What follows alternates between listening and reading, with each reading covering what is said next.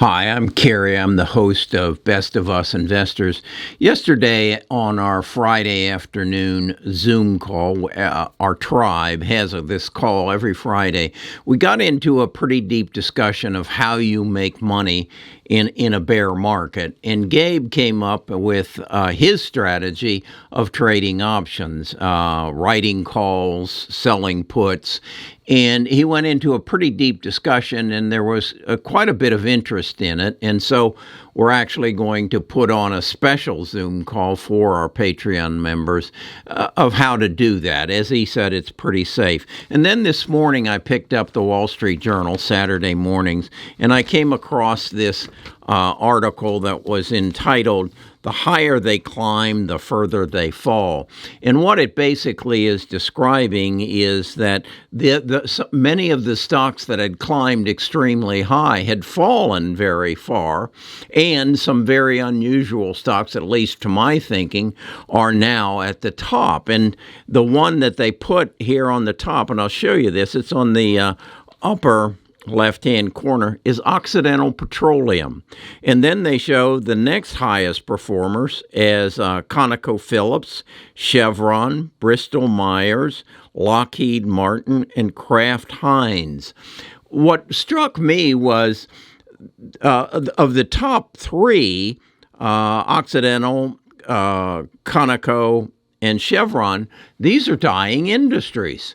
These are industries that are basically going to go away with the advent of electric vehicles and solar energy and wind energy and replaceable energy.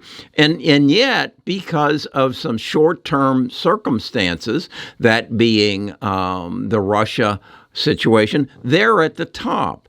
Yet the stocks that I like, that I trade, not trade, but buy and hold, because I believe they're going to change the way I live in the future, are down in the bottom performers as we speak right now. And that includes Google, Apple, Microsoft, Tesla, Amazon, NVIDIA, and then the very poorest performing of the major stocks in S&P 500 is Netflix.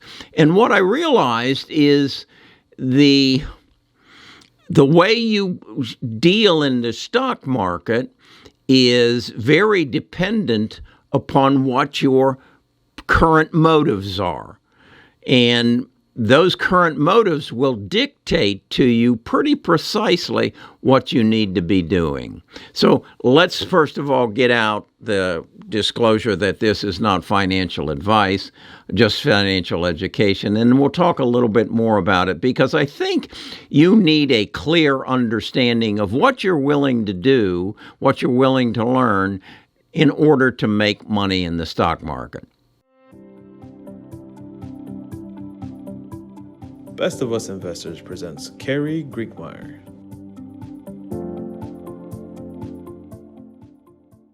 So I guess it comes down to, like anything else, how much time do you want to put to it? How much education do you want to pursue in order to pursue what you want? And what are your goals? If your goals are to supplement your weekly income, well, that's going to be very different than someone like me who is looking for an exponential growth by spotting the next big thing. Whereas the individual who wants to supplement his weekly income is looking for the very next thing, and probably not looking for exponential growth, but multiple times of growth, and that'll get you into options, day trading, and then if on a little longer perspective, that would be swing trading. I pride myself on being an investor, and I think I fall in that category because I believe it's safer. I'm invested in some very risky stocks in that they're not making money now. I'm investing in the companies that are not changing my life today, or better said, not reacting to what's happening in my life today, much as why Occidental Petroleum is up, is because it's a reaction to the Russia-Ukraine war. It's a reaction to what happened last night. And what happened last night will affect the price of a stock today, or maybe today and tomorrow, or today and tomorrow and this week. Whereas if you are not willing to play the game that way, and you're more interested in saying, I want to look further into the future, and I don't want to be spending my every hour monitoring the stock market and reacting to it, but instead I want to invest in the future, then I have to do more research on what are the stocks that are undervalued today, probably in some cases because they are breaking into a field of technology that is not come to maturity, and therefore they're not making money. And my best example of that was the internet in 1987. Nobody who was engaged in the internet in 1987 or 89 or 93 were making any money. And yet, you're hard-pressed today in 2022 to find any part of our economy that is not affected directly by the internet. So that's what I call a super business cycle. A business cycle is just a movement and a rotation in business as it moves through its maturity. A super investment cycle is a cycle in which the whole element of the economy is going to change as a result of its introduction. And that's what that's what the internet did, and that's what the digital revolution did.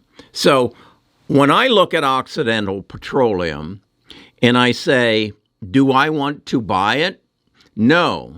As it says, it's up 100% in the last several months. Is it going to stay at up 100%? Will it grow another 100%? I don't know. I think it depends on the severity of the oil situation. But I think we could all agree that they are a dying industry, that there is a collective motive or a collective agreement that we got to put them out of business because they are polluting our planet, and they will probably, if they are allowed to continue, will probably kill the planet. So electric vehicles are coming into play, less oil used. Solar energy is coming into play, less natural gas used or oil, less coal. So I don't want to be involved in a short-term play, so I'll go for a longer play. And I've said many times, my biggest investments are in these companies that have fallen the furthest: Google, Apple, Microsoft, Facebook, NVIDIA, Tesla, Amazon. Because I just believe very strongly, that's roughly 60% of my portfolio, they're going to change the way I live. They're involved in everything that I do. They are the biggest advertisers, and I think they have the most knowledge and the most experience and the most foresight as to what's going to happen in the future. So that's where I invest. The other thing that I think is going to dwarf the change in our society created by the digital economy, the internet, is biotech. I just don't see how you can look past that.